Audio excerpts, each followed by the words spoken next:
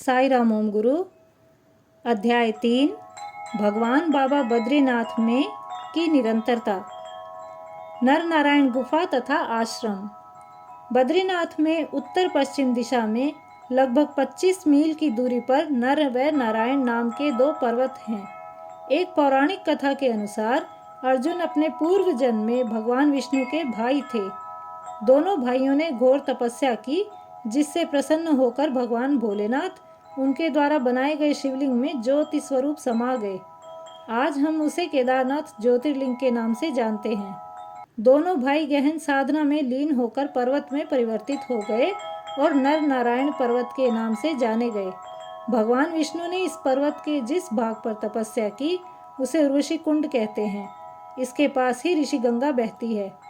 इस अद्भुत पर्वत के नीचे एक विशाल गुफा है, जिसके भीतर एक कोने में स्वच्छ तथा मधुर जल धारा बहती है, जबकि गुफा में अन्यत्र कहीं जल की एक बूंद भी नहीं है।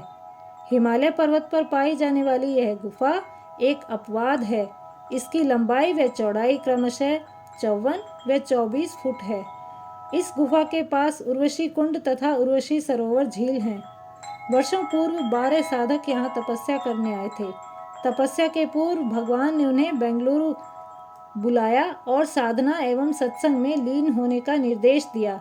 तत्पश्चात सभी साधक प्रशांति आए, जहां भगवान ने उन्हें एक अक्षय पात्र देकर आशीर्वाद के साथ विदा किया। द्वापर युग में सूर्य भगवान ने द्रौपदी को ऐसा ही एक अक्षय पात्र दिया था, ताकि वनवास के समय वह अपने परिवार व अतिथियों को भोजन करवाकर तृप्त कर सके। इस पात्र में जिस भोजन का भी अंश डाला जाता वह कई गुना बढ़ जाता। इस प्राप्ति के लिए परमावश्यक प्रावधान था कि द्रौपदी को पूरी तन्मयता से भोजन के लिए प्रार्थना करनी पड़ती थी। कलियुग में भगवान द्वारा दिए गए अक्षय पात्र की बात ही निराली थी। पात्र में किसी भोजन के अंश को डालने या प्रार्थना करने की आवश्यकता ही नहीं थी। भूख लगने पर साधकों को जिस भोजन की इच्छा होती वह स्वतः ही उस पात्र में भर जाता। न केवल भोजन बल्कि दूध, फलों का रस या किसी भी प्रकार के आहार को सोचने मात्र से वह पात्र तुरंत पूर्ति कर देता। यह अक्षय पात्र भगवान बाबा ने उन साधकों को संकल्प के साथ दिया था कि उन्हें साधना की लंबी अवधि में भोजन संबंधी कोई समस्या नहीं होगी। भगवान ने उन साधकों से अक्षय पात्र के साथ नर नारायण गुफा जाकर उच्च कोटि का ध्यान करने को कहा। सन 1984 जून मास में उन साधकों ने नर नारायण गुफा की ओर प्रस्थान किया। 11 साधक उर्वशी सरोवर झील में स्नान कर ध्यान मुद्रा में बैठ गए। उस समय कल्पना से भी परे भगवान ने लीला दिखाई। शीघ्र ही वे ऐसी गहन समाधि में लीन हो गए जैसे उन्हें अपने पूर्व जन्मों में कभी भी नहीं प्राप्त हुई होगी। वे इस स्थिति में 1-2 घंटे या 1-2 दिन के लिए नहीं, अपितु निरंतर 18 दिनों तक रहे। 12वें साधक का विवरण बाद में दिया जाएगा। समुद्र तल से 18,000 फुट की ऊंचाई, जहां प्राणवायु का स्तर अति न्यून था, जिस कारण श्वसन दूभर था, जहां शीत लहर आक्रामक गति से बह रही थी। ऐसी परिस्थिति में वे इतनी लंबी अवधि तक रह पाए, जबकि यह उनका प्रथम अनुभव था। कलियुग में इस बात पर विश्वास करना बहुत कठिन है, परंतु सर्वेश्वर बाबा की असीम अनुकंपा से यह सत्य घटना थी। यह लीला भक्ति की पराकाष्ठा सिद्ध करने के लिए थी।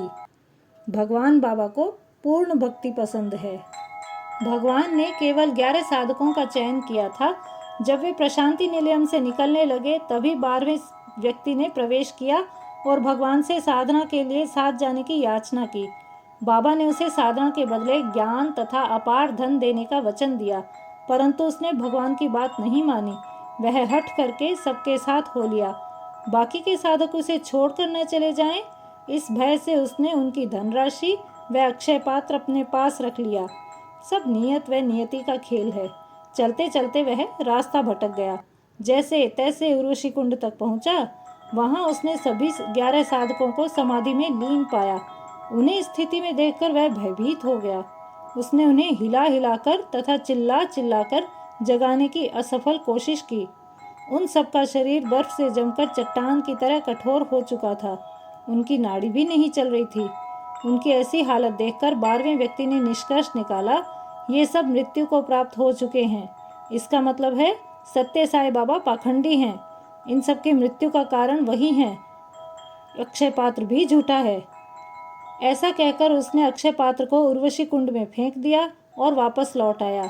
इतना ही नहीं, वापस आकर उसने सब लोगों में यह बात फैला दी कि नर नारायण पर्वत पर सभी 11 साधक मर गए। सत्य अटल है। 11 साधक जो पूरी निष्ठा से शरणागत थे, उन्होंने सहजता से समाधि स्थिति को पूर्ण किया, जबकि 12वें साधक ने भगवान बाबा पर अविश्वास के कारण जीवन में दोबारा न मिल पाने वाला सुनहरा अवसर खो दिया। इस प्रकार भगवान को पूर्ण श्रद्धा तथा शरणागति चाहिए, न कि संदेहपूर्ण भक्ति। अक्षय पात्र की पुनः प्राप्ति। समाधिस्थ 11 साधकों ने एक साथ 18वें दिन प्रातःकाल आंखें खोली। उनकी जीवात्मा परमात्मा से एक हो चुकी थी। इस कारण बाह्य संसार से उनका संपर्क टूट चुका था। भूख, प्यास, नींद, सर्दी आदि उन पर प्रभावहीन थे।